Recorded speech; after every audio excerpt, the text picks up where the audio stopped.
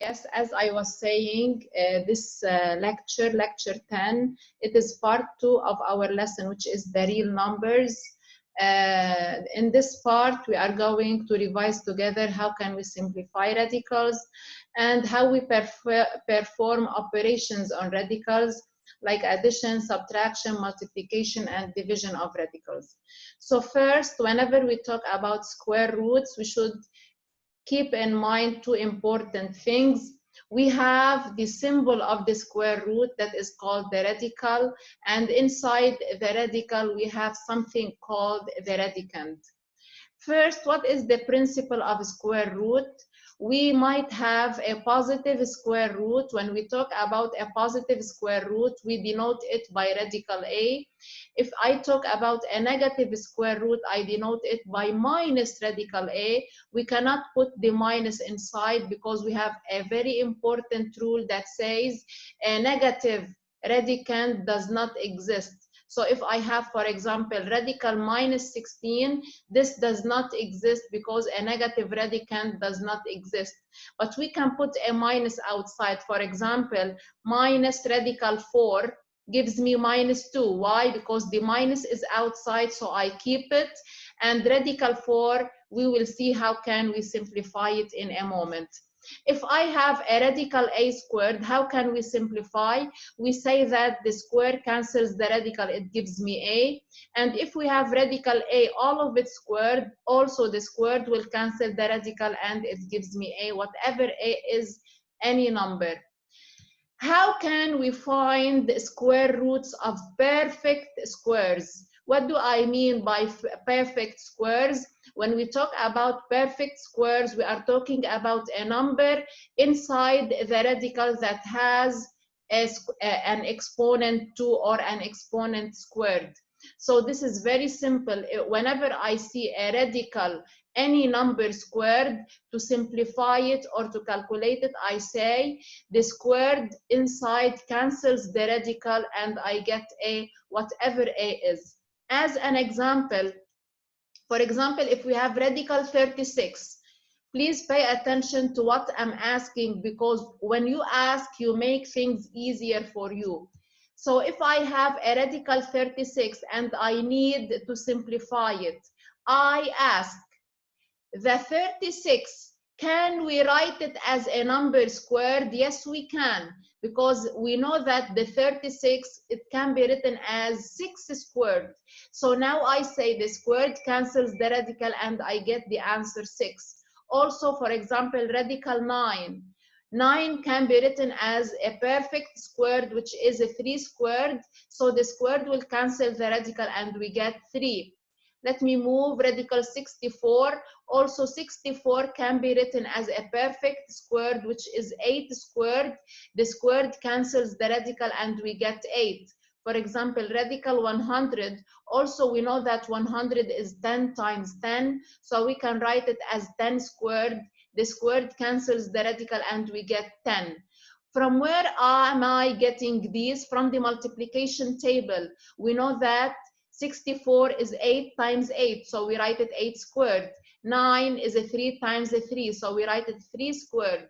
36 is 6 times 6, so I write it 6 squared. So these numbers can be written as perfect squares. Also radical 1 can be written as 1 squared. Also the squared cancels the radical and we get 1. We have something very important here. Inside the square root, the radicand might be one of these three cases. It might be written as a square or a perfect square exponent. If it is written as a perfect square, as we have seen here, directly we say the square cancels the radical and we get the answer. For example, if I gave you radical 7 squared, directly to simplify it, we say the squared cancels the radical and we get 7. Or the radicand inside might have an even exponent. What do I mean by even? Even, I mean 2. I talked about 2, it can be cancelled directly. When I say even, I mean 4, exponent 4, exponent 6, exponent 8, exponent 10. These are even exponents. How can we simplify such even exponents? We should change this exponent, which is even, into a power of power. By power of power, I mean I should change it into 2 exponents. The exponent outside, the second exponent, should always be square to simplify the square with the radical.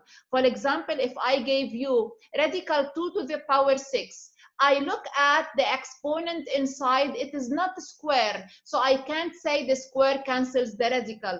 I find it even. So I say this 6, which is even, I can write it as a power of power. How can I get 6? I say 6.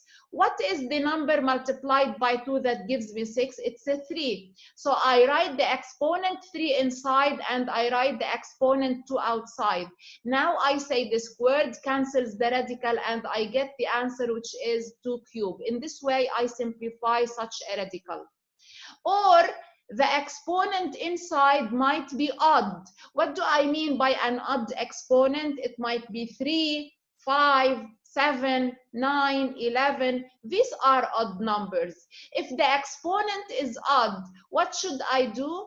I should change this exponent into an even plus 1. For example, let me give you examples. If the exponent inside was, for example, 9, I ask, what is the even before 9? Before 9, I have an even, which is 8. So I write it, for example, 2 to the power 8 times 2, even plus 1. If it was, for example, 7, I ask, what is the even before 7? Before 7, the even is 6. So I write it 6 plus 1, which is 2 to the power 6 times 2, for example. Let me give you an example. If I gave you the radical 5 to the power 7 and I want you to simplify it, you ask the exponent inside, is it square? No. Is it even? No. It is odd.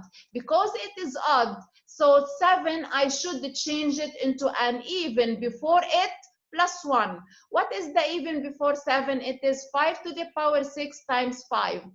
Because we have a times inside the radical, we can split this big radical into 2. So we write 5 to the power 6 in a radical times radical 5.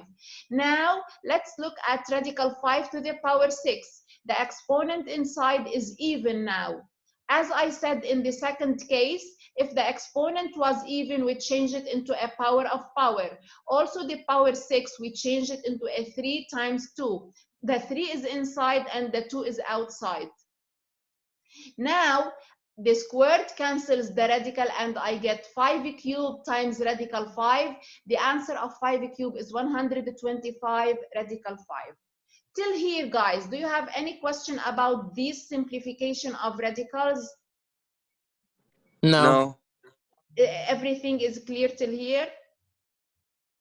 Yeah. Okay. Now, how can we perform calculations with the square roots?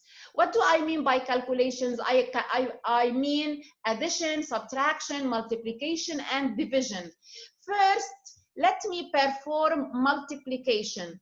If we have a number multiplied by any radical, for example, a times radical b, I can write it a radical b, such as 3 times radical 7 is written 3 radical 7. The number stays a number and the radical stays a radical. 10 times radical 3, we write it 10 radical 3. Let me look at the second rule. The second rule, I said it in the example before, which is radical AB. What do I mean by radical AB? Radical A multiplied by B. This big radical, I can split it into 2 because when we have a big radical and inside we have multiplication, we can split this radical into 2 and we can write radical A times radical B. For example, if we have radical 5 times radical 7, we can write it radical 5 times 7, which is radical 35. Now, the next rule, which is here, radical A over B as a fraction, it is written as radical A over radical B. Always when dividing a big radical, inside we have a fraction, we can split both. We can split the numerator in a radical and the denominator in a radical. For example, I will give you an example in numbers. If we have radical 2 over 3, we can write it radical 2 alone over radical 3 alone.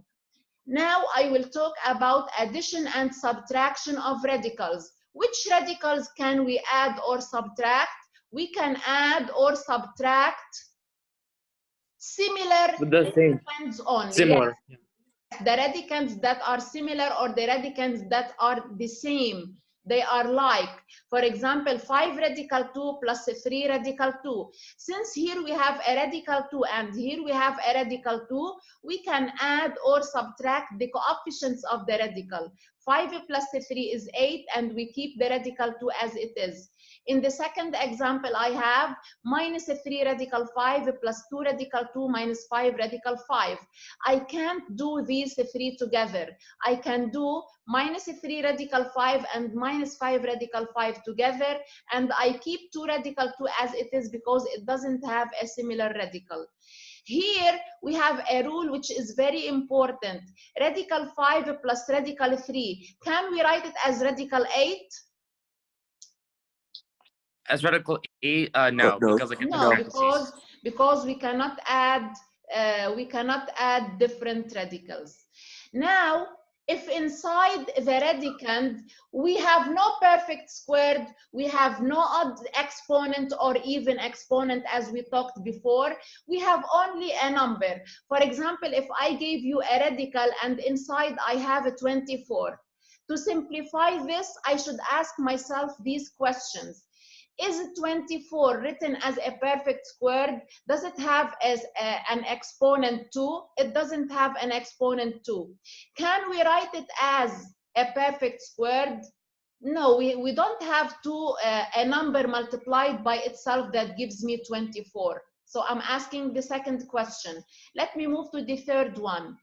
Does 24 has an even exponent? No. Does it have an odd exponent? No. When I ask these 4 questions and none of them can help me, directly I say 24, I should make its prime factorization. I should write it as a product of a prime factors to be able to simplify it. So as you can see here, I did the prime factorization of 24 and I have written 24 as a product of prime factors. Now these prime factors, I replace them, I put them in place of 24. So I cancel the 24 and I put 2 cubed times 3, the prime factors of 24. Also, as I said before, since we have a radical and inside we have a times, we can split this big radical into 2 radicals. Or before, I have seen here that the exponent of 2 cubed is odd. So I make it an even +1. Now I splitted this big radical into 3. Radical 2 square alone, radical 2 alone, and radical 3 alone. Now the squared cancels the radical, I get 2. And radical 2 times radical 3, I get a 2 radical 6. Similarly, we do with radical 90. You can see the example here. We do the same with radical 90. Now, let me talk about sums and differences. In multiplication and division, as we have seen, we are allowed to split a big radical into small radicands. But in addition and subtraction, we cannot do this. So in addition and subtraction, in sums and differences, we cannot split a big radical. So if you have a radical a plus b, I cannot write radical a plus radical b. What I should do here is I should add a and b. For example, if I gave you radical 5 plus 6, I add 5 plus 6, so I get a radical 11. But I cannot write it as radical 5 alone plus radical 6 alone. Also in differences, I cannot split a big radical. So please always keep in mind that a big radical can only be splitted in multiplication and division. It cannot be splitted in addition and subtraction. Also here I have two important rules. Suppose I gave you a remarkable identity inside the radical. You still remember the remarkable identities, a plus b squared and a minus b squared. So if I gave you a plus b, all of it squared inside a radical, here I should say that the square cancels the radical and the answer is a plus b. But if I'm given a minus b, all of it squared, here I might get two answers. If A is bigger than B or greater than B, I will get A minus B outside the radical. But if A is less than B, I will get B minus A. So I flip B and A and I get the answer. Now, the new thing I talked about in this year in grade 9 was how to rationalize the denominator. This part is very important. If I gave you a fraction, and in this fraction, we know that we have a numerator and a denominator. Whom do I rationalize? I don't rationalize the numerator. I rationalize the denominator only. So rationalizing is only applied for denominators. What do I mean by rationalize the denominator? To rationalize a denominator is to get rid of the radical in the denominator. So if we are given, for example, radical 3 over radical 2. Look at this fraction. In this fraction, if I look at the denominator, I find a radical 2. Only a radical 2. To rationalize this denominator, it's very easy. How do we rationalize? We multiply by another fraction having a numerator and denominator the same as the denominator given in the fraction. So here, to rationalize radical 3 over radical 2, I multiply. This point means multiply. I multiply radical 3 over radical 2 by a fraction having a numerator and denominator the same as the denominator given in the basic fraction. So because here the denominator is radical 2, I multiply by a fraction having radical 2 over radical 2. Now, if I multiply the numerator, I will get radical 3 times radical 2. And if I multiply the denominator, I will get radical 2 times radical 2. Or we can write it radical 2, all of it squared. Now, radical 3 times radical 2 gives us radical 6.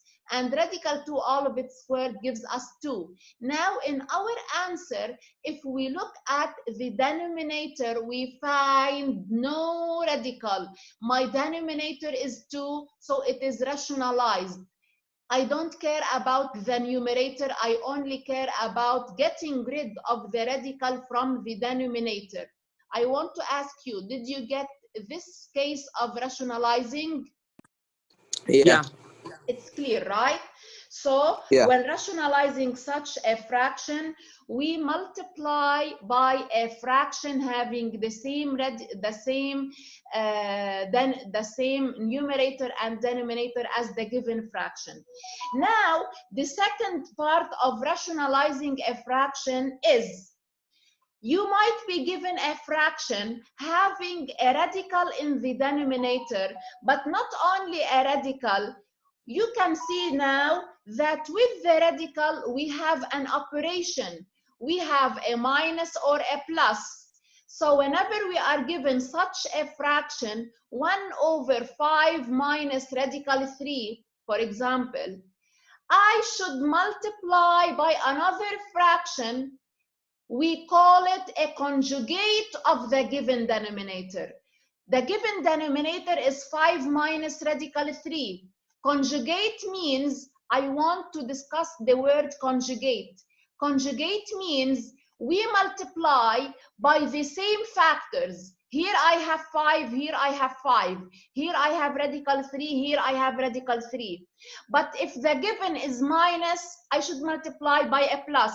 If the given is a plus, I should multiply by a minus. The same up and down. So here I multiply by the conjugate of 5 minus radical 3, which is 5 plus radical 3. If we multiply 1 by 5 plus radical 3, we get 5 plus radical 3 as it is. Now, if I multiply the first denominator by the second denominator, we write each of them as a binomial. So the first denominator multiplied by the second denominator. I want you to look here down. 5 minus radical 3 and 5 plus radical 3.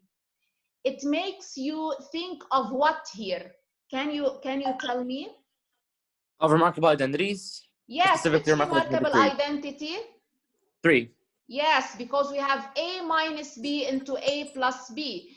So here the answer of a minus b into a plus b is always a squared minus b squared. Because a is 5, then a squared will be 5 squared, which is 25. Because b is radical 3, then b squared should be radical 3, all of it squared. The squared cancels the radical and we get 3. So now if I subtract 25 minus 3, I get 22. As you can see in my answer, the denominator is rationalized and it is 22. This is how we rationalize. So in rationalizing the denominator of a fraction, how many cases do we have? In rationalizing, we have 2 cases in rationalizing. 2 cases. Okay, either we have a fraction only with a radical in the denominator, or I might have a fraction with a radical and an operation, right? The operation and the denominator. Yes. So if we have the first case, we multiply by a fraction having the same numerator and denominator up and down. If I have an operation, I multiply by the conjugate. And I talked about the conjugate. The conjugate of negative is the same but positive. The conjugate of positive is the same but negative. And when multiplying 2 conjugates, what we do, we apply the third remarkable identity, which is a minus b into a plus b. The answer will always be a squared minus b squared. I want to remind you again of these, which are very important when simplifying a square root. Whenever we have, for example, 7 squared, a perfect squared inside, we say that the squared cancels the radical and we get 7.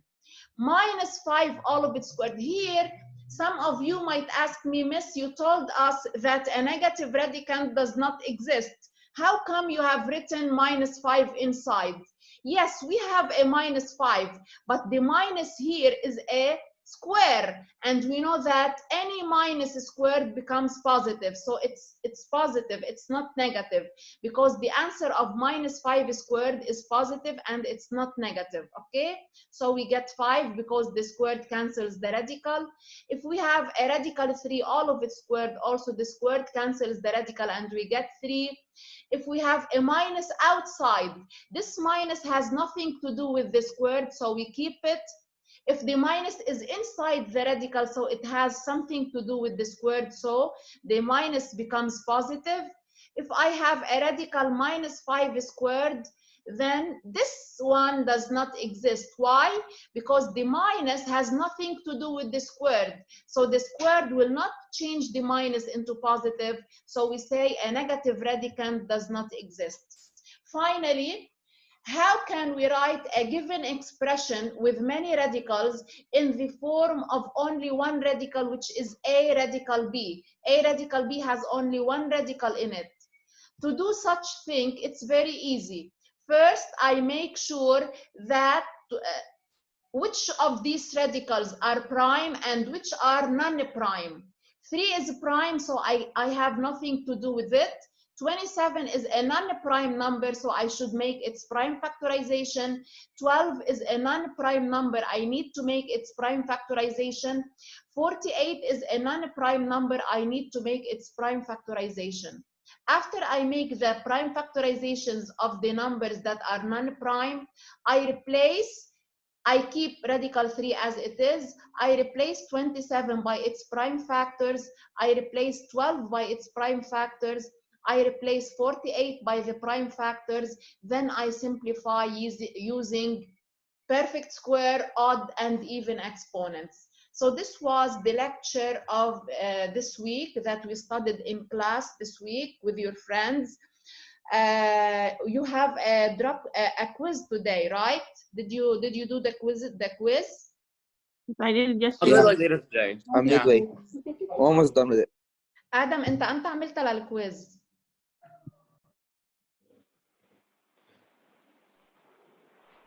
آدم نعم مس. أنت عملتها للكويز هيدي تبعيت هيدا الأسبوع؟ عملتها أمتى عملتها؟ من شي تقريبا أسبوع. لا بدك ترجع تعيدها لأنه ما أخذت هيدا لأني أنا ما كنت بعدني فاتحيتها للكويز عندي. بدك ترجع تعيدها حبيبي اليوم ها؟ أوكي. يارا عملتيها للكويز؟ Yes, I did it yesterday. Amir and Kalam, did you do the quiz? I'm almost done with it. We're almost done. We'll do it like later today. So. Okay, do it today, Kalam. No problem. Okay. Yeah. Mm-hmm. So yeah. So do you have anybody of you has any question about this lecture? So this was the lecture, and we had a worksheet to solve on this lecture. The worksheet I will share it to show with you now. This worksheet. This was our worksheet for this week. You've got this worksheet. Have you seen this worksheet, guys? Yeah, I have. Okay. You have a question that talks about simplifying radicals that I talked about now. You have a question about rationalizing the denominator in the two cases. And you have here to simplify these using prime factorization. I tried to give you on all the topics I talked about in this lecture to practice, okay? Today I will upload the solution of this worksheet on the drive, so you can check your answers there, okay? Yeah. Okay. Yeah. Okay. So do you have any question about what I talked now? Adam, عندك شي سؤال? Yara, do you have any question? No, miss. Yara, you're not coming to school? Yes. Huh? Yes, miss. Yes, miss. You're not coming. You're staying online, I mean? Yeah, I'm staying. Okay. So this was the lecture for this week. If everything is fine and you don't have any question, we can leave now, okay? Okay. Okay, take care, guys, okay? You too, miss. Thank you, bye. Miss you all, Bye-bye. by the way. Miss you all, by the way. Miss you too. Okay, bye, guys. Bye-bye. Bye-bye.